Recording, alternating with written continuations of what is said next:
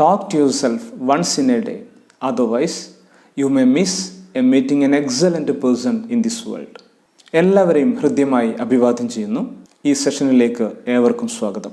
ഞാൻ SK. Basheer, educator, trainer and career consultant. ഈ വർഷം SSLC പാസ്സായ വിദ്യാർത്ഥികളും അവരുടെ രക്ഷിതാക്കളും ഹയർ സ്റ്റഡീസിനെ കുറിച്ച് ആലോചിക്കുന്ന സമയമാണ്. SSLC പാസ്സായ മുഴുവൻ വിദ്യാർത്ഥികളെയും ആദ്യമേ അഭിനന്ദനങ്ങൾ അറിയിക്കട്ടെ. 10 കഴിഞ്ഞ വിദ്യാർത്ഥികളുടെ മുമ്പിൽ ഒട്ടനവധി ഹയർ സ്റ്റഡീസ് ഓപ്ഷൻസ് ഉണ്ടെങ്കിലും പരമാവധി വിദ്യാർത്ഥികൾ ചൂസ് ചെയ്യുന്ന പ്രധാനപ്പെട്ട ഒരു ഹയർ സ്റ്റഡീസ് മേഖലയാണ് ഹയർ സെക്കൻഡറി വിദ്യാഭ്യാസം. നമ്മൾ സാധാരണഗതിയിൽ +2 എന്ന് പറയാറുള്ള 11-12 ക്ലാസ്സിലെ പഠനം. ഈ ഹയർ സെക്കൻഡറി പഠനത്തിലൂടെ വിദ്യാർത്ഥികൾക്ക് എത്തിച്ചേരാൻ കഴിയുന്ന വിവിധ മേഖലകളെക്കുറിച്ചും അവർക്കുള്ള തുടർ പഠനത്തെക്കുറിച്ചുമൊക്കെയാണ് ഈ ഒരു സെഷനിലൂടെ ഞാൻ നിങ്ങളുമായി സംവദിക്കുന്നത്. ഹയർ സ്റ്റഡീസ് തിരഞ്ഞെടുക്കുന്നതിലൂടെ നമ്മളെല്ലാവരും ലക്ഷ്യമിടുന്നത് ഒരു നല്ല കരിയർ മേഖലയിലേക്ക് എത്തിപ്പെടുക എന്നത് തന്നെ ആയതുകൊണ്ട് ആദ്യമായി ഞാൻ കരിയർ പ്ലാനിങ്ങിനെ കുറിച്ച്, ഒരു കരിയർ ചൂസ് ചെയ്യുന്ന സമയത്ത് ശ്രദ്ധിക്കേണ്ട ചില കാര്യങ്ങളെക്കുറിച്ച് ആമുഖമായി പറഞ്ഞു തുടങ്ങട്ടെ. ഉന്നത പഠനത്തിന് ശേഷം നമുക്ക് എത്തിച്ചേരാൻ കഴിയുന്ന നമ്മുടെ ഡ്രീം ഡെസ്റ്റിനേഷനെയാണ് നമുക്ക് കരിയർ എന്ന് പറയാൻ കഴിയുക. അതുകൊണ്ട് തന്നെ in higher studies you put your each step with utmost care എന്ന് പറയാം. അതായത് നമ്മൾ മുമ്പോട്ട് വെക്കുന്ന ഓരോ ചുവടുകളും വളരെ ശ്രദ്ധാപൂർവമാകണമെന്ന് ചുരുക്കം. ഒരു കരിയർ പ്ലാൻ ചെയ്യുന്ന സമയത്ത് എന്തൊക്കെ കാര്യങ്ങൾ ശ്രദ്ധിക്കണം? തീർച്ചയായും which is the best career in this world എന്ന ചോദ്യത്തിന് നമുക്ക് ആൻസർ പറയാൻ പറ്റുക എല്ലാം നല്ലതാണ്, എല്ലാ കരിയറും നല്ലത് തന്നെയാണെന്ന് പറയാം. അത് ഡോക്ടർ ആകാം, എഞ്ചിനീയർ ആകാം, ആർക്കിടെക്റ്റ് ആകാം, ടീച്ചർ ആകാം, അഡ്വക്കേറ്റ് ആവാം, അഡ്മിനിസ്ട്രേറ്റീവ് ഫാക്കൽറ്റി ആകാം, മാനേജറിയൽ പൊസിഷൻസ് ആകാം, അങ്ങനെ ഏതുമാകാം. ഇത്തരത്തിൽ നമുക്ക് എണ്ണാൻ കഴിയുന്ന എല്ലാ കരിയറും നല്ല കരിയേഴ്സ് തന്നെയാണ്. Whether that particular career is apt for you, നമ്മുടെ മുമ്പിലുള്ള ഈ കരിയേഴ്സ് എല്ലാം തന്നെ നമുക്ക് യോജിച്ചതാണോ എന്നത് മാത്രമേ ചോദ്യമുള്ളൂ. ഒരു ടെക്സ്റ്റൈൽ ഷോറൂമിൽ ഷോക്കേസ് ചെയ്തിരിക്കുന്ന ഒരുപാട് ഡ്രസ്സ്, ഒരുപാട് ക്ലോത്ത്സ്, അത് ചൂണ്ടിയിട്ട് നിങ്ങളോട് ചോദിക്കുകയാണ് ഇതിലേതാണ് നല്ല ഡ്രസ്സ് എന്ന്. നമ്മൾ എന്ത് പറയും? നിരത്തി വെച്ചിരിക്കുന്ന എല്ലാ ഡ്രസ്സും വളരെ നല്ലതാണ്, പക്ഷേ അതിലേത് ഡ്രസ്സ് നമുക്ക് പാകമാകുമെന്ന് നോക്കുന്ന സമയത്ത് ഒരുപാട് കാര്യം ശ്രദ്ധിക്കേണ്ടതുണ്ട്. നമ്മൾ എന്തൊക്കെ കാര്യങ്ങൾ ശ്രദ്ധിക്കും? നമ്മളൊരു ഡ്രസ്സ് ചൂസ് ചെയ്യുന്ന സമയത്ത് നമുക്ക് കളർ പ്രധാനമായിരിക്കും, നമുക്കതിൻ്റെ ഫാബ്രിക്, അതിൻ്റെ മെറ്റീരിയൽ പ്രധാനമായിരിക്കും. ചില ആൾക്കാരെങ്കിലും അതിൻ്റെ ബ്രാൻഡ് വാല്യൂ നോക്കുന്ന ആൾക്കാരുണ്ടാകാം, മറ്റു ചിലർ അതിൻ്റെ ബജറ്റ്, അത് എത്ര പൈസക്ക് ലഭിക്കുമെന്ന് നോക്കുന്ന ആൾക്കാരായിരിക്കാം. ഇതെല്ലാം നോക്കി ബ്രാൻഡ് ഓക്കെയാണ്, മെറ്റീരിയൽ ഓക്കെയാണ്, കളർ ഓക്കെയാണ്, പ്രൈസ് നമുക്ക് ഓക്കെയാണ്, അവസാനമായിട്ടൊരു കാര്യം കൂടെ ഉണ്ട്, നമ്മുടെ സൈസ് പാകായാൽ മാത്രമേ ഇതെല്ലാം ഒത്തിണങ്ങിയാലും നമുക്ക് ആ ഒരു ഡ്രസ് ചൂസ് ചെയ്യാൻ കഴിയുള്ളൂ. അപ്പോൾ ഒരു കാര്യം നമ്മൾ ആലോചിക്കേണ്ടത്, ഇതേപോലെ തന്നെ കരിയർ എന്ന് പറയുന്ന സമയത്തും ലോകത്തുള്ള മുഴുവൻ കരിയേഴ്സും നല്ലതാണെന്ന് പറയുന്ന സമയത്തും കരിയർ നമുക്ക് ആപ്റ്റാണോ എന്ന് തീരുമാനിക്കുന്നതിൽ ഒരുപാട് ഘടകങ്ങളുണ്ട്. അത്തരത്തിൽ നമുക്ക് പാകമായ കരിയർ ചൂസ് ചെയ്യുന്നതിനെയാണ് നമ്മൾ കരിയർ പ്ലാനിങ് എന്ന് പറയുക. ഈ കരിയർ പ്ലാനിങ്ങിൽ നമ്മൾ പ്രധാനമായും ശ്രദ്ധിക്കേണ്ട കുറച്ച് ഫാക്ടേഴ്സ് ഉണ്ട്, കുറച്ച് ഘടകങ്ങളുണ്ട്. അത് ഓരോ ആൾക്കാരെയും ഓരോ വ്യക്തിയെയും അടിസ്ഥാനമാക്കിയാണ്. എന്തൊക്കെയാണ് ഈ പ്രധാനപ്പെട്ട ഘടകങ്ങൾ? നമുക്ക് ചുരുക്കി പറഞ്ഞാൽ, ഒരാളുടെ അഭിരുചിക്കിണങ്ങിയ, ഒരാൾക്ക് താല്പര്യമുള്ള, ഒരാളുടെ വ്യക്തിത്വത്തിന് അനുയോജ്യമായ, അതോടൊപ്പം അയാളുടെ സ്കില്ലിന് കൂടെ കോമ്പീറ്റ് ചെയ്യുന്ന തരത്തിലുള്ള ഒരു കരിയർ ചൂസ് ചെയ്യുക എന്നതാണ് പ്രധാനപ്പെട്ട 4 ഫാക്ടേഴ്സാണ് ഞാൻ ഈ പറഞ്ഞിരിക്കുന്നത്. ഒരാളുടെ ആപ്റ്റിറ്റ്യൂഡ് അല്ലെങ്കിൽ അഭിരുചി, ജന്മന അയാൾക്കുണ്ടാകുന്ന സിദ്ധി എന്ന് പറയും, അത് പ്രധാനമാണ്. രണ്ടാമതായി ഞാൻ പറഞ്ഞിരിക്കുന്നത് ഇൻട്രസ്റ്റ് ആണ്, താല്പര്യമാണ്. താല്പര്യമില്ലാത്ത മേഖലയിൽ ജോലി ചെയ്യേണ്ടി വന്നു കഴിഞ്ഞാൽ പലപ്പോഴും അത് ഒരു സാറ്റിസ്ഫൈഡ് കരിയറായി മാറില്ല എന്ന് നമുക്ക് കാണാൻ കഴിയും. മറ്റൊന്ന് വ്യക്തിത്വമാണ്, ഒരാളുടെ പേഴ്സണാലിറ്റി. ഓരോ ആൾക്കാരുടെയും വ്യക്തിത്വം വ്യത്യസ്തമാണ്. ചില ആൾക്കാർ ഇൻട്രോവേർട്ട് ആയിരിക്കാം, ചില ആൾക്കാർ എക്സ്ട്രോവേർട്ട് ആയിരിക്കാം, ചില ആൾക്കാർ ഡൈനാമിക് പേഴ്സണാലിറ്റീസ് ആയിരിക്കാം. അങ്ങനെ വരുന്ന സമയത്ത് ഇതിനനുയോജ്യമായ കരിയർ ആണെങ്കിൽ സ്വാഭാവികമായും അയാൾക്ക് വിജയിക്കാൻ കഴിയും. മറ്റൊന്ന്, ഓരോ ആൾക്കാരിലും സ്കിൽ, വ്യത്യസ്തമായ നൈപുണികൾ ഉണ്ടാകും. ആ നൈപുണികൾക്കനുസരിച്ചുള്ള ജോലിയാകുന്ന സമയത്ത്, കരിയർ ആകുന്ന സമയത്ത് കൂടുതൽ തിളങ്ങാൻ കഴിയും. ചുരുക്കി പറഞ്ഞാൽ ഇത്തരത്തിലുള്ള കുറേയേറെ ഫാക്ടേഴ്സ് നോക്കിയിട്ട് മാത്രമേ കരിയർ നമ്മൾ ചൂസ് ചെയ്യാൻ പാടുള്ളൂ എന്നർത്ഥം. ഓർക്കുക, every one of you are unique. നിങ്ങളിൽ ഓരോ ആൾക്കാരും വ്യത്യസ്തമായ സ്വഭാവങ്ങളോട് കൂടിയ, വ്യത്യസ്തമായ കഴിവുകളോട് കൂടിയ ആൾക്കാരാണ്. അതുകൊണ്ട് തന്നെ നമ്മൾ ചൂസ് ചെയ്യുന്നത് നമുക്കനുയോജ്യമായ കരിയർ ആകണം. ഞാൻ ഈ ടോക്കിൻ്റെ തുടക്കത്തിൽ ഉദ്ധരിച്ച സ്വാമി വിവേകാനന്ദയുടെ quote, talk to yourself once in a day, otherwise you may miss meeting an excellent person in this world. നിങ്ങളെക്കുറിച്ചാണ് പറഞ്ഞത്. ഓരോ ആൾക്കാരും ഒരു ദിവസമെങ്കിലും തന്നോട് സംസാരിക്കാൻ സമയം കണ്ടെത്തണം. കാരണം അങ്ങനെ കണ്ടെത്തിയില്ല എങ്കിൽ നിങ്ങൾക്ക് ഈ ലോകത്തെ ഏറ്റവും പ്രധാനപ്പെട്ട ഒരു വ്യക്തിയുമായുള്ള മീറ്റിംഗ് ആണ് നഷ്ടമാകുന്നത്. എന്ന് വെച്ചാൽ ഈ ലോകത്തെ ഏറ്റവും പ്രധാനപ്പെട്ട വ്യക്തി എന്നത് നിങ്ങൾ തന്നെയാണ്. So talk to yourself. അതുകൊണ്ട് തന്നെ നമുക്ക് ഹയർ സ്റ്റഡീസിനെ കുറിച്ച് ആലോചിക്കുന്ന സമയത്തും we make talk to our self. നമ്മളോട് കൺസൾട്ട് ചെയ്തതിന് ശേഷം നമുക്ക് തീരുമാനമെടുക്കാം. ഒരു കൃത്യമായ ഗോൾ സെറ്റ് ചെയ്തുകൊണ്ട് നമ്മുടെ ഹയർ സ്റ്റഡീസും അതിലൂടെ കരിയറും ചൂസ് ചെയ്യുക എന്നതാണ് നമ്മൾ ഏറ്റവും കൂടുതൽ ശ്രദ്ധിക്കേണ്ട കാര്യം. So as a golden rule to success, let me share 3 C's and 3 D's with you. 3 Cകളും 3 Dകളും നിങ്ങളുടെ കൂടെ ഉണ്ടാവണം. അപ്പോൾ നമുക്ക് ഈസിയായി നമ്മുടെ ലക്ഷ്യത്തിലേക്ക്, നമ്മുടെ സക്സസ്സിലേക്ക് എത്തിച്ചേരാൻ കഴിയും. So the first C is confidence. Be confident. നല്ല ആത്മവിശ്വാസമുള്ളവരാകുക. And the second C is concentration. പഠനത്തിലാവട്ടെ മറ്റേതൊരു കാര്യത്തിലുമാകട്ടെ കോൺസെൻട്രേഷൻ, നമ്മുടെ ശ്രദ്ധ തിരിഞ്ഞു പോകുന്ന തരത്തിൽ നമ്മുടെ പ്രവർത്തനങ്ങളാകരുത്. Then the third C is commitment. Be committed to your goal. ഒരു ഗോൾ സെറ്റ് ചെയ്ത് ലക്ഷ്യസ്ഥാനത്തിലേക്ക് എത്താൻ ശ്രമിക്കുന്ന സമയത്ത് നമ്മുടെ കൂടെ വേണ്ടത് 3 D's കൂടെയാണ്. First one is you should have a desire. ഒരു നല്ല ആഗ്രഹം വേണം. Then make the desire into a dream. ആ ആഗ്രഹത്തെ നിങ്ങൾ നിങ്ങളുടെ സ്വപ്നമാക്കി മാറ്റണം. The third D is determination. ആ ആഗ്രഹത്തെ, നമ്മൾ സ്വപ്നതുല്യം ആഗ്രഹിച്ചിരിക്കുന്ന ആ കാര്യത്തെ നമുക്ക് നേടിയെടുക്കാനുള്ള ദൃഢനിശ്ചയം കൂടെ ഉണ്ടാവുകയാണെങ്കിൽ ഏത് ലക്ഷ്യസ്ഥാനത്തും അനായാസം എത്തിച്ചേരാൻ കഴിയുമെന്ന് ഓർക്കുക. ഓക്കെ, SSLC പഠനത്തിന് ശേഷം എന്തുകൊണ്ടാണ് കൂടുതൽ വിദ്യാർത്ഥികളും ഹയർ സെക്കൻഡറി എന്ന പഠന മേഖല ചൂസ് ചെയ്യുന്നത്? കുറേയേറെ കാരണങ്ങളുണ്ട്. 10ാം തരം പരീക്ഷ എന്നത് വളരെ പ്രാധാന്യത്തോടുകൂടി എല്ലാ ആൾക്കാരും കാണുന്ന ഒരു എക്സാം ആണെന്നറിയാം. കാരണം നമ്മുടെ അടിസ്ഥാന സ്കൂൾ വിദ്യാഭ്യാസത്തിൻ്റെ പരമപ്രധാനമായ ഒരു മേഖലയാണ് നമ്മൾ കടന്നു വന്നിരിക്കുന്നത്. പക്ഷേ ഒരു കരിയർ മേഖലയിലേക്കുള്ള ഒരു ജംഗ്ഷൻ എന്ന് പറയുന്ന സമയത്ത് അത് ഹയർ സെക്കൻഡറി ആണെന്ന് പറയാതെ വയ്യ. കാരണം ഹയർ സെക്കൻഡറിയിൽ നമ്മൾ ചൂസ് ചെയ്യുന്ന സ്ട്രീമിനനുസരിച്ചും അവിടെ നമുക്ക് ലഭിച്ചിരിക്കുന്ന വിഷയ കോമ്പിനേഷൻ അനുസരിച്ചുമാണ് നമ്മൾ ഇനി ഏത് മേഖലയിലേക്ക് എത്തിപ്പെടാൻ പോകുന്നുവെന്ന് തീരുമാനിക്കപ്പെടുന്നത്. അതുകൊണ്ട് തന്നെ ഞാൻ നേരത്തെ പറഞ്ഞ കാര്യങ്ങളെല്ലാം തന്നെ മനസ്സിൽ വെച്ചുകൊണ്ട് വേണം നമ്മുടെ ഹയർ സെക്കൻഡറിയിലെ കോഴ്സ് നമുക്ക് തിരഞ്ഞെടുക്കാൻ. ഹയർ സെക്കൻഡറിയെ കുറിച്ചൊരു ഇൻട്രൊഡക്ഷൻ നിങ്ങൾക്ക് നൽകുമ്പോൾ ഹയർ സെക്കൻഡറിയിൽ നമുക്ക് 1ാം വർഷവും 2ാം വർഷവും 6 വീതം സബ്ജക്റ്റാണ് പഠിക്കാനുള്ളത്. ഹയർ സെക്കൻഡറി പഠനം എന്നത് 3 സ്ട്രീമിലായിട്ടാണെന്ന് എല്ലാവർക്കും അറിയാലോ. Science, commerce, humanities. ഇതിലേത് സ്ട്രീം ചൂസ് ചെയ്ത് കഴിഞ്ഞാലും നിർബന്ധമായും പഠിക്കേണ്ട 2 വിഷയങ്ങളാണ്. ഒന്ന് ഇംഗ്ലീഷും മറ്റൊന്ന് സെക്കൻഡ് ലാംഗ്വേജും. സെക്കൻഡ് ലാംഗ്വേജ് എന്ന് പറയുന്നത് മലയാളം, ഹിന്ദി, അറബിക്, ഉറുദു, സാൻസ്ക്രിറ്റ് പോലുള്ള ഭാഷകളാണെന്ന് മനസ്സിലാക്കാം. ഇംഗ്ലീഷ് എല്ലാവർക്കും കോമൺ ആയിട്ട് പഠിക്കാനുണ്ട്. ഇനി ബാക്കിയുള്ള 4 സബ്ജക്ട്സ് ആണ് സയൻസ്, കോമേഴ്സ്, ഹ്യൂമാനിറ്റീസിൽ മാറി വരുന്നത്. നമുക്കറിയാം കേരളത്തിൽ ഹയർ സെക്കൻഡറിയിൽ 46 ഡിഫറെൻറ്റ് കോമ്പിനേഷൻസിലാണ് ഈ 3 സ്ട്രീമുകളും കിടക്കുന്നത് പറയും. ഇതിലെല്ലാ കോമ്പിനേഷൻസും നമ്മുടെ തൊട്ടടുത്തുള്ള സ്കൂളുകളിൽ ലഭ്യമാകില്ല. ഒരുപക്ഷെ സയൻസിൽ 1-2 കോമ്പിനേഷൻസ്, അല്ലെങ്കിൽ കോമേഴ്സിലെ 1-2 കോമ്പിനേഷൻ, ഹ്യൂമാനിറ്റീസിലെ മറ്റൊരു കോമ്പിനേഷൻ എന്ന രൂപത്തിലാണ് നമ്മുടെ തൊട്ടടുത്തുള്ള നമുക്ക് പോകാൻ കഴിയുന്ന നമ്മൾ ഇഷ്ടപ്പെടുന്ന സ്കൂളുകളിൽ ഉണ്ടാകുക. ഏതായാലും അത്തരം കോമ്പിനേഷൻസിനെ കുറിച്ചും നമുക്ക് ഇഷ്ടപ്പെട്ട സ്ട്രീമിലേക്ക് തന്നെ എങ്ങനെ അഡ്മിഷൻ നേടിയെടുക്കാമെന്നൊക്കെ ഏകജാലക സംവിധാനത്തെക്കുറിച്ച് കൃത്യമായി പ്രതിപാദിക്കുന്ന മറ്റൊരു സെഷൻ ആകാമെന്ന് വിചാരിക്കുന്നു. ഞാൻ കൂടുതൽ അതിലേക്ക് പോകുന്നില്ല. ഏതായാലും ഈ സയൻസ്, കോമേഴ്സ്, ഹ്യൂമാനിറ്റീസ് സ്ട്രീമുകളിലൂടെ നമുക്ക് എത്തിച്ചേരാൻ കഴിയുന്ന ചില പ്രധാനപ്പെട്ട മേഖലകളും അതോടൊപ്പം തന്നെ ഈ കോഴ്സുകളുടെ സാധ്യതകളും ഞാൻ ചുരുക്കി വിശദീകരിക്കാം. ഞാൻ ആദ്യമായി സയൻസ് സ്ട്രീമിലേക്ക് വരികയാണ്. സയൻസ് സ്ട്രീമിൽ 10 വിഷയ കോമ്പിനേഷൻസ് ഉണ്ട്. അതിലേറ്റവും പ്രധാനമെന്ന് പറയുന്നത്, അല്ലെങ്കിൽ കൂടുതൽ സ്കൂളുകളിലും കാണാൻ കഴിയുന്ന കോമ്പിനേഷൻ എന്ന് പറയുന്നത് ഫിസിക്സ്, കെമിസ്ട്രി, മാത്തമാറ്റിക്സ്, ബയോളജി. ഈ 4 വിഷയങ്ങൾ അടങ്ങിയിരിക്കുന്ന സയൻസ് കോമ്പിനേഷനാണ്. ഇതാണ് പൊതുവെ ഏറ്റവും ഡിമാൻഡുള്ള, അല്ലെങ്കിൽ ഏറ്റവും കൂടുതൽ ആൾക്കാർ ചൂസ് ചെയ്യുന്ന ഒരു കോഴ്സായിട്ട് കാണാറുള്ളത്. ഇതിൻ്റെ ഒരു കാരണം എന്ന് പറയുന്നത്, ഈ കോമ്പിനേഷൻ പഠിച്ചു കഴിഞ്ഞാൽ ഏത് ഹയർ സ്റ്റഡീസിനുമുള്ള ഒരു ബേസായി ഈ physics, chemistry, maths, biology combination science മാറുന്നു എന്നത് തന്നെയാണ് പ്രത്യേകത. അതായത് ഈ വിഷയ കോമ്പിനേഷൻ പഠിച്ച വിദ്യാർത്ഥിക്ക് വേണമെങ്കിൽ സയൻസ് തന്നെ പഠനം തുടരാം. ഇനി അല്ലെങ്കിൽ കൊമേഴ്സിലേക്ക് മാറാൻ ആഗ്രഹിക്കുന്നുവെങ്കിൽ അത്തരത്തിലാകാം. ഇനി മാനവിക വിഷയങ്ങൾ പഠിക്കാൻ ആഗ്രഹിക്കുന്നു, ലാംഗ്വേജ് പഠിക്കാൻ ആഗ്രഹിക്കുന്നുവെങ്കിൽ അങ്ങനെയും പോകാം. ഈ സയൻസ് കോമ്പിനേഷൻ പഠിച്ചു കഴിഞ്ഞാൽ ഏത് മേഖലയിലേക്കും തുടർ പഠനം നടത്താനുള്ള അവസരമുണ്ടാകുന്നു എന്ന് ചുരുക്കം.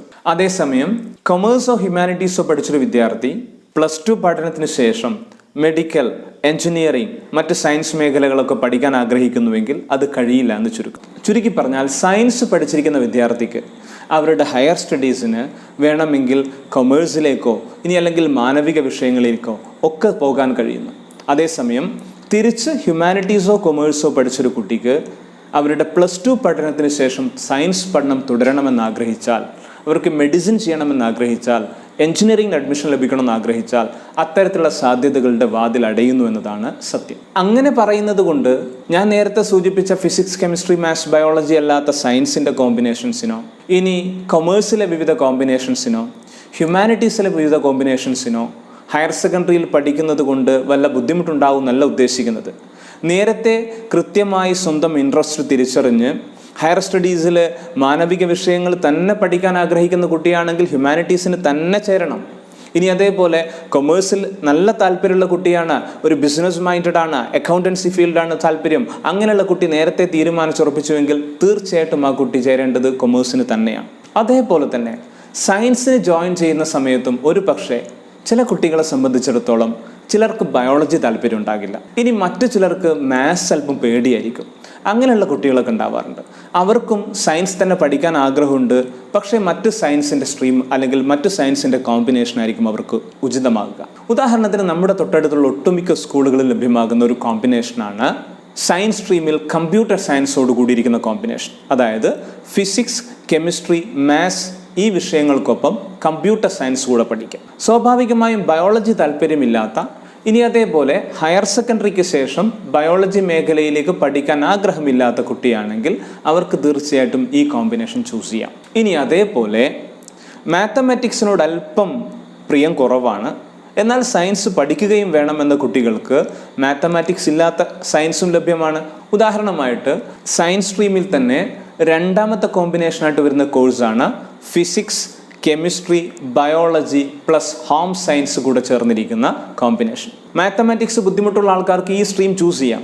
പക്ഷെ ഒരു കാര്യം ശ്രദ്ധിക്കേണ്ടത്, ഈ സ്ട്രീം ചൂസ് ചെയ്ത് കഴിഞ്ഞാൽ ഹയർ സെക്കൻഡറിക്ക് ശേഷം എഞ്ചിനീയറിംഗ് പോലുള്ള മേഖലയിലേക്ക് പോകാൻ കഴിയില്ല. അതേസമയം അവർക്ക് ഫിസിക്സ് തുടർന്ന് പഠിക്കാം, അതേപോലെ തന്നെ കെമിസ്ട്രി തുടർന്ന് പഠിക്കാം, അതേപോലെ ബയോളജിക്കൽ സയൻസിലേക്ക് പോകാം, മെഡിക്കൽ ഫീൽഡിലേക്ക് പോകാം, പാരാമെഡിക്കൽ ഫീൽഡിലേക്ക് പോകാം. ഇത്തരത്തിൽ സയൻസിലെ വിവിധ കോമ്പിനേഷൻസ് നമ്മുടെ പ്രദേശത്തൊക്കെ അവൈലബിൾ ആയിരിക്കുന്ന പ്രധാനപ്പെട്ട 3 കോമ്പിനേഷനാണ് ഞാൻ പരിചയപ്പെടുത്തിയത്. ഒന്ന് PCM-B, physics, chemistry, mathematics, biology. അതേപോലെ തന്നെ physics, chemistry, mathematics plus computer science. മറ്റൊന്ന് physics, chemistry, biology and home science. Home science വിദ്യാർത്ഥികൾക്ക് ബയോളജി ഫീൽഡിലും മെഡിക്കൽ ഫീൽഡിലും പാരാമെഡിക്കൽ ഫീൽഡിലും ഫിസിക്സും കെമിസ്ട്രിയും ഒക്കെ തുടർന്ന് പഠിക്കാമെന്ന് പറയുന്നതിനൊപ്പം തന്നെ ഹോം സയൻസ് മേഖലയിലും നല്ല കരിയറിൽ എത്തിപ്പെടാൻ കഴിയുമെന്നത് മനസ്സിലാക്കാം. ഹോം സയൻസിൽ തന്നെ ഡിഗ്രിയും PGയും ഒക്കെ തുടർന്ന് പഠിക്കാൻ താല്പര്യപ്പെടുമ്പോൾ അവർക്ക് nutrition and dietetics, human development, family and resource management പോലുള്ള വിവിധ മേഖലകളിൽ സ്വയം തൊഴിൽ കണ്ടെത്താനും അതോടൊപ്പം തന്നെ അത്തരം മേഖലകളിൽ വിവിധങ്ങളായ ഓപ്പർച്യൂണിറ്റീസും മുമ്പിലുണ്ടെന്ന് ഓർത്ത് വെക്കുക. ഇതല്ലാതെ 7ഓളം കോമ്പിനേഷൻസ് വീണ്ടും സയൻസിലുണ്ട്. ഞാൻ നേരത്തെ സൂചിപ്പിച്ചു, എല്ലാ കോമ്പിനേഷൻസും നമ്മുടെ തൊട്ടടുത്തുള്ള സ്കൂളുകളിൽ ഉണ്ടാകണമെന്നില്ല. അതുകൊണ്ട് തന്നെ അന്വേഷിച്ച് മാത്രം ഏതാണോ വിഷയ കോമ്പിനേഷനുള്ളത് അതിനനുസരിച്ച് ജോയിൻ ചെയ്യാവുന്നതാണ്. ഇനി ഞാൻ സയൻസ് വിദ്യാർത്ഥികൾക്ക് മാത്രം ലഭ്യമാകുന്ന ചില മേഖലകളെക്കുറിച്ച് അല്ലെങ്കിൽ അവരുടെ ഹയർ സ്റ്റഡീസ് ഓപ്ഷൻസിനെ കുറിച്ചൊന്ന് പരിചയപ്പെടുത്താം. നമുക്ക് സാധാരണ അറിയാവുന്ന പോലെ തന്നെ സയൻസ് എടുക്കുന്ന വിദ്യാർത്ഥി ഒരു പഴയ ധാരണ എന്ന് പറയുന്ന സമയത്ത് അവർ എഞ്ചിനീയർ ആകണം, ഡോക്ടർ ആകണം അങ്ങനെയൊക്കെ പറയാറുണ്ട്. പക്ഷെ അങ്ങനെയൊന്നുമില്ല. സയൻസ് എടുക്കുന്ന വിദ്യാർത്ഥി എഞ്ചിനീയറിങ്ങിനോ മെഡിക്കലിനോ പോകണമെന്ന് ഒരിക്കലും പറഞ്ഞിട്ടില്ല. അവർക്ക് മറ്റൊരുപാട് സാധ്യതകൾ അവരുടെ മുമ്പിലുണ്ടെന്നത് ഓർത്തു വെക്കുക. നമ്മൾ പഠിച്ചു കഴിഞ്ഞ് ഏത് മേഖലയിലേക്ക് എത്തിപ്പെടുകയാണെങ്കിലും be the master in that field. നമ്മൾ എഞ്ചിനീയറിങ്ങിന് പോവുകയാണെങ്കിൽ be the number 1 engineer. Doctor ആകുകയാണോ, ബി ദ നമ്പർ 1 ഡോക്ടർ. ഇനി നിങ്ങൾ സയൻസിൻ്റെ മറ്റു മേഖലയിലേക്ക് പോകാൻ ആഗ്രഹിക്കുകയാണോ, നിങ്ങൾക്കൊരു നല്ല സയൻറ്റിസ്റ്റ് ആകാം, നല്ലൊരു റിസർച്ചർ ആവാം, നല്ലൊരു സയൻസ് അധ്യാപകനാകാം. ഇനി പാരാമെഡിക്കൽ ഫീൽഡിലേക്ക് പോകാം, ആർക്കിടെക്റ്റ് ആകാം. അങ്ങനെ വിവിധ മേഖലകൾ നിങ്ങളുടെ മുമ്പിലേക്ക് തുറന്നു വരികയാണ്. ഇവിടെയൊക്കെ നമ്മൾ ശ്രദ്ധിക്കേണ്ടത്, ഹയർ സെക്കൻഡറിക്ക് ശേഷം നമ്മൾ ജോയിൻ ചെയ്യാൻ പോകുന്ന സ്ഥാപനങ്ങൾ നമ്പർ 1 ഇൻസ്റ്റിറ്റ്യൂട്ട്സ് അല്ലെങ്കിൽ നമുക്കതിനെ പ്രീമിയർ ഇൻസ്റ്റിറ്റ്യൂട്ട്സ് എന്ന് പറയാം. അത്തരത്തിലുള്ള പയനിയർ ഓർ പ്രീമിയർ ഇൻസ്റ്റിറ്റ്യൂട്ടുകളിൽ പഠിച്ചിറങ്ങുമ്പോഴത്തേക്ക് നമ്മുടെ ലൈഫ് സെക്യൂർഡ് ആകുന്നു, നമ്മൾ വെൽ പ്ലേസ്ഡ് ആയി മാറുന്നു. അത്തരത്തിലുള്ള ചില സ്ഥാപനങ്ങളെ കൂടെ പരിചയപ്പെടുത്തിയതിന് ശേഷം ഞാൻ സയൻസ് സ്ട്രീമിലുള്ള ഈ സാധ്യതകൾ പറഞ്ഞിവിടെ അവസാനിപ്പിക്കും. ഇവിടെ ഞാൻ പരിചയപ്പെടുത്താൻ പോകുന്ന മുഴുവൻ സ്ഥാപനങ്ങളുടെയും പ്രത്യേകത എന്താണെന്ന് ചോദിച്ചു കഴിഞ്ഞാൽ, ഹയർ സെക്കൻഡറിക്ക് ശേഷം അല്ലെങ്കിൽ നമ്മുടെ +2 പഠനത്തോടൊപ്പം നമ്മൾ ക്ലിയർ ചെയ്യുന്ന എൻട്രൻസ് ടെസ്റ്റിലൂടെയാണ് നമുക്ക് അത്തരം സ്ഥാപനങ്ങളിൽ ജോയിൻ ചെയ്യാൻ കഴിയുക. ഫോർ എക്സാമ്പിൾ, മെഡിക്കൽ ഫീൽഡ് നമ്മൾ MBBS പഠിക്കാൻ ആഗ്രഹിക്കുന്നു. MBBS നമുക്ക് എയിംസ് മുതൽ താഴേക്ക് വരാം. All India Institute of Medical Science ആണ്. അവിടെ മുതൽ താഴേക്ക് വരുന്ന സമയത്ത് നമ്മുടെ പരിസര പ്രദേശങ്ങളിലേക്ക് ലഭ്യമായിരിക്കുന്ന മെഡിക്കൽ കോളേജ് വരെ എവിടെ അഡ്മിഷൻ നേടണമെങ്കിൽ നമുക്ക് നീറ്റ് ക്ലിയർ ചെയ്യണം. കേരളത്തിൽ മെറിറ്റ് കോട്ടയിൽ അഡ്മിഷൻ നേടി നമ്മുടെ ഏതെങ്കിലും ഗവൺമെൻറ് മെഡിക്കൽ കോളേജിൽ MBBSന് ജോയിൻ ചെയ്യുകയാണെങ്കിൽ ഒരു 5.5 വർഷത്തെ മെഡിസിൻ പഠനത്തിന് എത്ര പണം ചിലവാകും? ഏകദേശം ഒരു ധാരണ. ഇപ്പോഴത്തെ ഒരു ഫീസ് നിരക്കും കാര്യങ്ങളൊക്കെ നോക്കുന്ന സമയത്ത് ഏകദേശം ഒരു 5 ലക്ഷത്തിനും 10 ലക്ഷത്തിനും ഒരു ഇടയിൽ രൂപ നമുക്ക് ചിലവാകുമെന്ന് മനസ്സിലാക്കാം. എന്നാൽ 5 പൈസ ചിലവില്ലാതെ മെഡിസിൻ പഠിച്ചാലോ? ഇത്തരത്തിലുള്ള അവസരം നമ്മുടെ മുമ്പിലുണ്ട്. നീറ്റ് ക്ലിയർ ചെയ്യുന്നതിലൂടെ നമുക്ക് AFMC ആർമഡ് ഫോഴ്സ് മെഡിക്കൽ കോളേജിൽ നമ്മൾ ജോയിൻ ചെയ്ത് പഠിക്കുകയാണെങ്കിൽ നമുക്ക് ഒരു പൈസയും ചിലവില്ലെന്ന് മാത്രമല്ല, നമ്മുടെ പൂർണ്ണമായ ചിലവ് ആർമഡ് ഫോഴ്സ് മെഡിക്കൽ കോളേജ് വഹിക്കുകയും ചെയ്യും. എത്രത്തോളം എന്ന് പറഞ്ഞാൽ, നമ്മൾ എവിടെ നിന്ന് യാത്ര ചെയ്ത് AFMCയുടെ പൂനെ വരെ പോകുന്നുവോ, അതേപോലെ പൂനെയിൽ നിന്ന് വെക്കേഷന് തിരിച്ച് നാട്ടിൽ വരുന്നത് വരെയുള്ള ട്രെയിൻ ഫെയർ അടക്കം AFMC എടുത്തുകൊള്ളും. പക്ഷേ ഓർമ്മിക്കുക, നീറ്റിന് നല്ല സ്കോർ വേണം. നേരത്തെ AFMC പ്രത്യേകമായ എൻട്രൻസ് ടെസ്റ്റ് നടത്തിയിരുന്നു. ഇപ്പോൾ നീറ്റ് സ്കോർ വഴി തന്നെയാണ് AFMCയിലേക്കും അഡ്മിഷൻ നടത്തുന്നത് മനസ്സിലാക്കാം. ഇനി എഞ്ചിനീയറിംഗ് മേഖലയാണെങ്കിൽ നമുക്ക് ജോയിൻ ചെയ്യാൻ കഴിയുന്ന ഏറ്റവും നല്ല സ്ഥാപനങ്ങൾ എന്ന് പറയുന്നത് IITs, അത് കഴിഞ്ഞ് NITs, മറ്റ് എഞ്ചിനീയറിംഗ് കോളേജുകൾ. ആ തരത്തിലാണ് അതിൻ്റെ കാറ്റഗറി വരുന്നത്. ഇവിടെ നമുക്ക് ജോയിൻ ചെയ്യണമെങ്കിൽ കേരളത്തിലെ എഞ്ചിനീയറിംഗ് കോളേജുകളാണെങ്കിൽ അവർക്ക് നമുക്ക് കീമിലൂടെ ജോയിൻ ചെയ്യാം. ഞാൻ നേരത്തെ IITയും NIT പോലുള്ള സ്ഥാപനങ്ങൾ പരിചയപ്പെടുത്തി. അവിടെ നമുക്ക് ജോയിൻ ചെയ്യാൻ വേണ്ടിയിട്ട് നിർബന്ധമായി നമ്മൾ ക്ലിയർ ചെയ്യേണ്ട എക്സാമിനേഷനാണ് JEE, ജോയിൻറ്റ് എൻട്രൻസ് എക്സാമിനേഷൻ.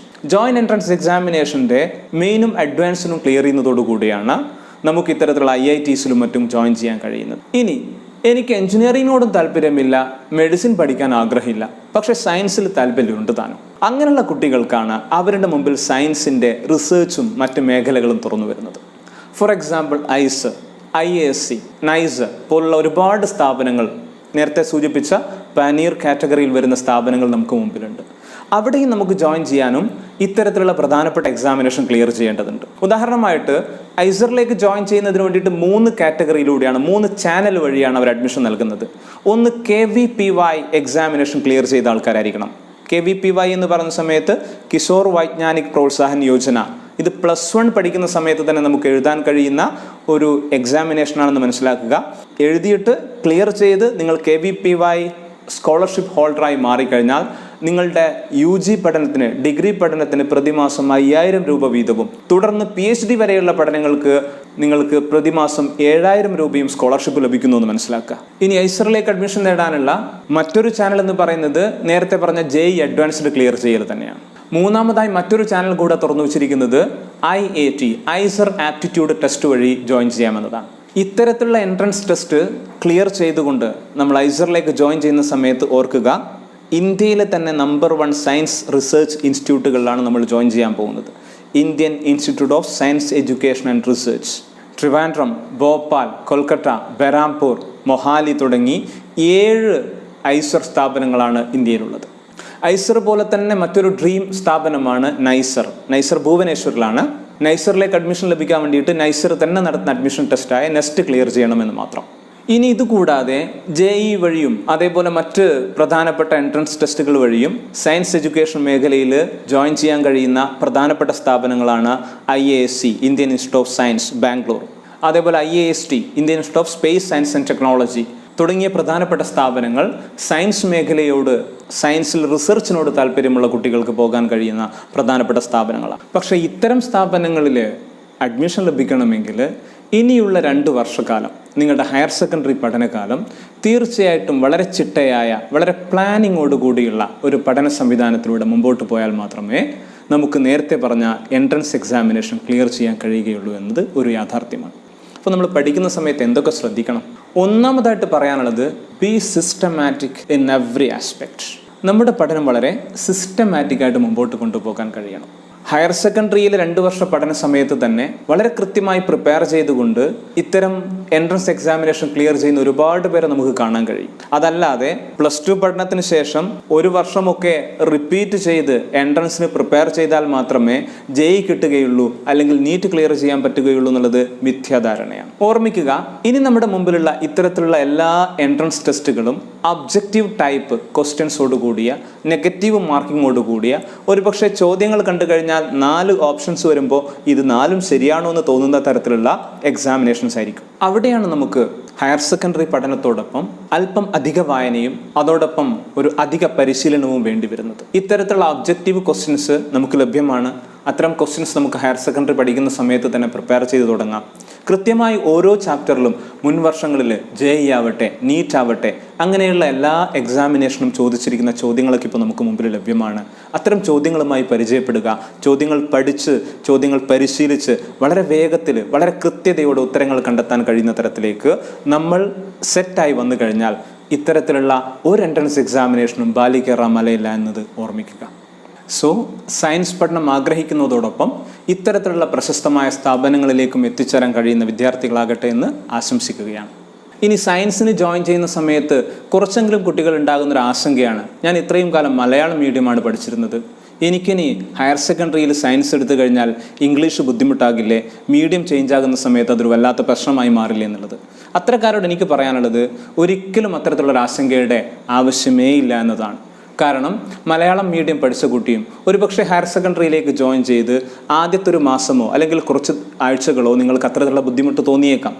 സ്വാഭാവികമായും നിങ്ങൾ ആ മെയിൻ സ്ട്രീമിലേക്ക് വളരെ പെട്ടെന്ന് എത്തിച്ചേരുന്നതായിട്ടും അതേപോലെ തന്നെ ഹയർ സെക്കൻഡറി പഠനം കഴിയുമ്പോഴത്തേക്ക് നേരത്തെ ഇംഗ്ലീഷ് മീഡിയം പഠിച്ചു വന്ന കുട്ടികളെക്കാൾ മുമ്പോട്ട് വരാൻ മലയാളം മീഡിയം സ്റ്റുഡൻസിനും കഴിയുന്നതായിട്ട് നമുക്ക് മനസ്സിലാക്കാം. കൂടെ ഒരു കാര്യം കൂടെ പറയട്ടെ, ഇന്ന് നമുക്ക് SCERTയുടെ സഹായത്തോടു കൂടി മുഴുവൻ സയൻസ് പുസ്തകങ്ങളും മലയാളത്തിൽ കൂടെ ലഭ്യമാണെന്നുള്ളത് ഒരു യാഥാർത്ഥ്യമാണ്. അതുകൊണ്ട് തന്നെ അത്തരം ആശങ്കകളെ ആവശ്യമില്ല എന്നത് മനസ്സിലാക്കുക. ഇനി ഫുൾ A+ കിട്ടിയത് കൊണ്ട് സയൻസ് തിരഞ്ഞെടുക്കണമെന്നോ, A+കളുടെ എണ്ണം കുറയുമ്പോൾ കൊമേഴ്സോ, ഇനി അതിലും താഴേക്ക് വരുന്ന സമയത്ത് ഹ്യൂമാനിറ്റീസോ തിരഞ്ഞെടുക്കണമെന്നോ എവിടെയും പറഞ്ഞിട്ടില്ല. പകരം ഞാൻ തുടക്കത്തിൽ സൂചിപ്പിച്ചതുപോലെ തന്നെ ആപ്റ്റിറ്റ്യൂഡിനും ഇൻട്രസ്റ്റിനും പേഴ്സണാലിറ്റിക്കും തന്നെയാണ് ഏതൊരു കോഴ്സ് തിരഞ്ഞെടുക്കുന്ന സമയത്തും ഇമ്പോർട്ടൻസ് കൊടുക്കേണ്ടതെന്ന് ഓർമ്മിക്കുക. അപ്പോൾ നമുക്ക് കൊമേഴ്സ് വളരെ ഡൈനാമിക് ആയ ഒരു മേഖലയാണ് കൊമേഴ്സ് പഠനം എന്ന് പറയാം. Human resource management, marketing, finance, accounting, business തുടങ്ങി വിവിധങ്ങളായ മേഖലകളിൽ പടർന്ന് പന്തലിച്ച് കിടക്കുന്ന സാധ്യതകളാണ് കൊമേഴ്സിന് മുമ്പിലുള്ളതെന്ന് പറയാം. ചാർട്ടേഡ് അക്കൗണ്ടൻസി പോലുള്ള, കമ്പനി സെക്രട്ടറിഷിപ്പ് പോലുള്ള, കോസ്റ്റ് ആൻഡ് മാനേജ്മെൻറ്റ് അക്കൗണ്ടിംഗ് പോലുള്ള, ACCA പോലുള്ള വിവിധങ്ങളായ കോഴ്സുകൾക്കുള്ള അടിസ്ഥാനവും കൊമേഴ്സ് തന്നെയെന്ന് മനസ്സിലാക്കാം. ഇനി കൊമേഴ്സിൽ ഉന്നതമായി പഠിച്ച് മുമ്പോട്ട് പോകാൻ ആഗ്രഹിക്കുന്ന ആൾക്കാർക്ക് സ്വപ്നം കാണാൻ കഴിയുന്ന വളരെ പ്രധാനപ്പെട്ട സ്ഥാപനങ്ങളിലൊന്നാണ് IIM, Indian Institute of management പോലുള്ള സ്ഥാപനങ്ങൾ. അത്തരം സ്ഥാപനങ്ങളിൽ നിന്ന് പഠനം പൂർത്തീകരിക്കുന്നതോടുകൂടെ തന്നെ നമ്മൾ വെൽ പ്ലേസ്ഡായി മാറുന്നു. ക്യാമ്പസ് പ്ലേസ്മെൻറ്റിലൂടെ തന്നെ വളരെ വലിയ മൾട്ടിനാഷണൽ കമ്പനീസിലെ ഉയർന്ന പദവിയിലേക്ക് എത്തിപ്പെടാനും കൊമേഴ്സ് പഠനം സഹായിക്കുമെന്ന് ഓർമ്മിക്കും. ഹയർ സെക്കൻഡറിയിൽ കൊമേഴ്സ് പഠിക്കുന്ന വിദ്യാർത്ഥി തീർച്ചയായിട്ടും പഠിച്ചിരിക്കേണ്ട 3 വിഷയങ്ങളെന്ന് പറയുന്നത് business studies, accountancy and economics ആണ്. 4ാമത്തെ വിഷയം മാറുന്നതിനനുസരിച്ച് ഓരോ സ്കൂളുകളിൽ ലഭ്യമാകുന്ന കൊമേഴ്സിൻ്റെ കോഴ്സ് എന്ന് പറയുന്നത് വ്യത്യസ്തമായിരിക്കും. ഇതിൽ കൂടുതൽ സ്കൂളുകളിൽ കാണാറുള്ളത് ഈ 3 വിഷയങ്ങൾക്കൊപ്പം 4ാമത്തെ വിഷയമായിട്ട് കമ്പ്യൂട്ടർ ആപ്ലിക്കേഷൻ പഠിക്കുന്ന കൊമേഴ്സാണ്. ഇനി അതല്ലാതെ commerce with political science, commerce with statistics and commerce with mathematics, ഇങ്ങനെ 4 വ്യത്യസ്ത തരത്തിലുള്ള കൊമേഴ്സ് കോമ്പിനേഷൻസ് ആണ് സ്കൂളുകളിൽ ലഭ്യമാകാറുള്ളത്. നമ്മുടെ തൊട്ടടുത്ത് നമുക്ക് പോകാൻ കഴിയുന്ന സ്ഥാപനങ്ങളിൽ ഏത് കൊമേഴ്സ് കോമ്പിനേഷനാണെന്ന് നേരത്തെ മനസ്സിലാക്കി വെക്കുക. ഇനി നമുക്ക് ഹയർ സെക്കൻഡറി മേഖലയിലെ ഹ്യൂമാനിറ്റീസ് കോമ്പിനേഷനെ കുറിച്ചും ഹ്യൂമാനിറ്റീസിൻ്റെ ഏതാനും ചില സാധ്യതകളും കൂടെ പരിചയപ്പെടാം. ഹയർ സെക്കൻഡറിയിലെ 46 കോഴ്സ് കോമ്പിനേഷനിൽ 32 കോമ്പിനേഷൻസും ഹ്യൂമാനിറ്റീസിനാണെന്ന് മനസ്സിലാക്കുക. ചുരുക്കി പറഞ്ഞാൽ ഏറ്റവും വൈവിധ്യമേറിയ പഠന മേഖലയാണ് ഹ്യൂമാനിറ്റീസ് എന്ന് ചുരുക്കം. ഇതിലൊട്ടുമിക്ക ഹ്യൂമാനിറ്റീസ് കോമ്പിനേഷൻസിലും ഹിസ്റ്ററി, എക്കണോമിക്സ്, സോഷ്യോളജി എന്നിവ ഓരോ പഠന വിഷയങ്ങളായിട്ട് വരാറുണ്ട്. അതോടൊപ്പം political science, journalism, psychology, geography, communicative English തുടങ്ങി വിവിധങ്ങളായ സബ്ജക്റ്റുകൾ അടങ്ങിയിരിക്കുന്ന കോമ്പിനേഷൻസ് ഹയർ സെക്കൻഡറിയിൽ ഹ്യൂമാനിറ്റീസിന് ലഭ്യമാണെന്ന് മനസ്സിലാക്കാം. ഹ്യൂമാനിറ്റീസ് പഠിച്ച് മുമ്പോട്ട് പോകാൻ ഉദ്ദേശിക്കുന്ന കുട്ടികൾക്ക് മുമ്പിൽ തിളങ്ങാൻ കഴിയുന്ന ഒരുപാട് മേഖലകളുണ്ട്. ഒന്ന് പ്രധാനമായും ടീച്ചിങ് ആൻഡ് റിസർച്ച് ഫീൽഡ് തന്നെയാണ്, അധ്യാപനവും ഗവേഷണവും. ഇനി മറ്റ് ചില മേഖലകൾ പരിചയപ്പെടുത്തുമ്പോൾ archaeology, museology, journalism, legal studies, psychology, foreign affairs, economic services തുടങ്ങി വിവിധങ്ങളായ മേഖലകളിൽ ശോഭിക്കാൻ കഴിയുന്നത് ഹ്യൂമാനിറ്റീസ് പഠിച്ച കുട്ടികൾക്കാണെന്ന് ഓർക്കുക. എത്ര പേർക്കറിയാം ഹ്യൂമാനിറ്റീസ് പഠിച്ച് IITകളിൽ തുടർ പഠനം നടത്താൻ കഴിയുമെന്ന്?